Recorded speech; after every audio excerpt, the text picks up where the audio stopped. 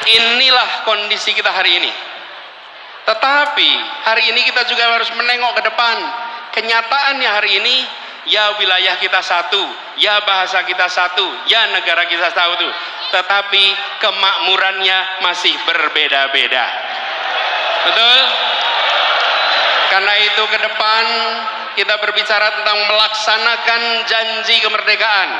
Janji kemerdekaan ini ada kalimat terakhir dalam pembukaan Undang-Undang Dasar 45, yaitu menghadirkan keadilan sosial bagi seluruh rakyat Indonesia. Inilah yang kita akan arah ke depan. Satu, perekonomian. Satu, kesemakmuran. Bukan kemakmuran tinggi di satu kota dan rendah di wilayah lain. Bukan kemakmuran tinggi di satu pulau dan lemah di tempat lain. Kita ingin ketimpangan-ketimpangan seperti ini dibereskan untuk semuanya.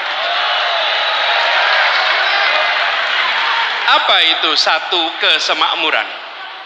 Satu kemakmuran, satu kesemakmuran. Izinkan saya cerita pengalaman kami di Jakarta. Bapak Ibu sekalian yang tinggal di Jakarta, Jakarta ini terdiri dari berapa kabupaten kota? 6. 5 di daratan, 1 di kepulauan. Saya beri contoh, ada satu pulau yang kalau di peta hanya nampak seperti titik. Di situ disebut sebagai Sang Penjaga Utara. Pulau ini selama sejak kemerdekaan hingga akhir-akhir ini adalah pulau yang jauh di depan dari daratan Jakarta. Lokasi pulaunya lebih dekat ke Sumatera daripada ke dermaga Sunda Kelapa. Lebih dekat ke Sumatera, tapi dia bagian dari Jakarta. Dan di pulau ini puluhan tahun tanpa listrik, puluhan tahun kesulitan air bersih, puluhan tahun hanya sesekali kapal melintas, namanya Pulau Sebira.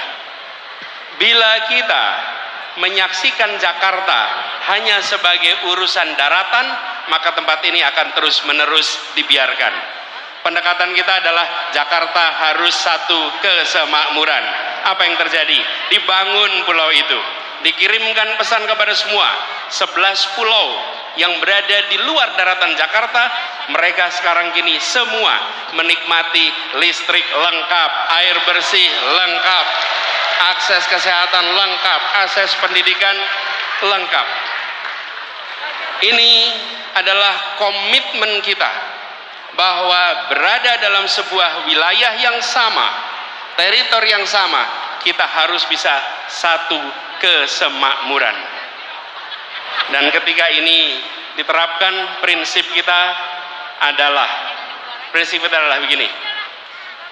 Lokasi pulau itu memang jauh dari Monas, tapi dia adalah bagian dari Jakarta. Anda semua yang hadir di sini, yang dari Aceh, hitungan kilometernya dari Jakarta memang jauh, tapi Anda 0 kilometer dari Ibu Pertiwi. Dari Papua, hitungan kilometer dari Monas memang panjang, tapi Anda 0 kilometer dari Ibu Pertiwi. Dari manapun Anda berada di tempat ini, hitungan kilometernya panjang, tapi sesungguhnya Anda 0 kilometer dari Ibu Pertiwi. Inilah yang harus dikembalikan. Inilah yang harus menjadi pegangan kita, bahwa republik ini tidak didirikan dengan perhitungan ongkos, untung dan rugi. Republik ini didirikan dengan janji untuk seluruh tumpah darah Indonesia. Jadi kita berbicara tentang Indonesia ke depan, berbicara tentang Indonesia yang satu kesemakmuran, bukan Indonesia yang terpisahkan karena jejak kesejahteraan yang berbeda-beda.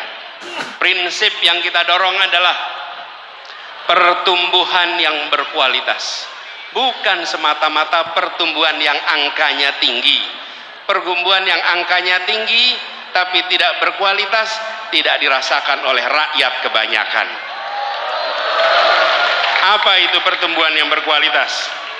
Pertumbuhan yang berkualitas adalah pertumbuhan ekonomi yang tumbuhnya dirasakan oleh semua, yang pemerataan beriring bersama dengan pertumbuhan.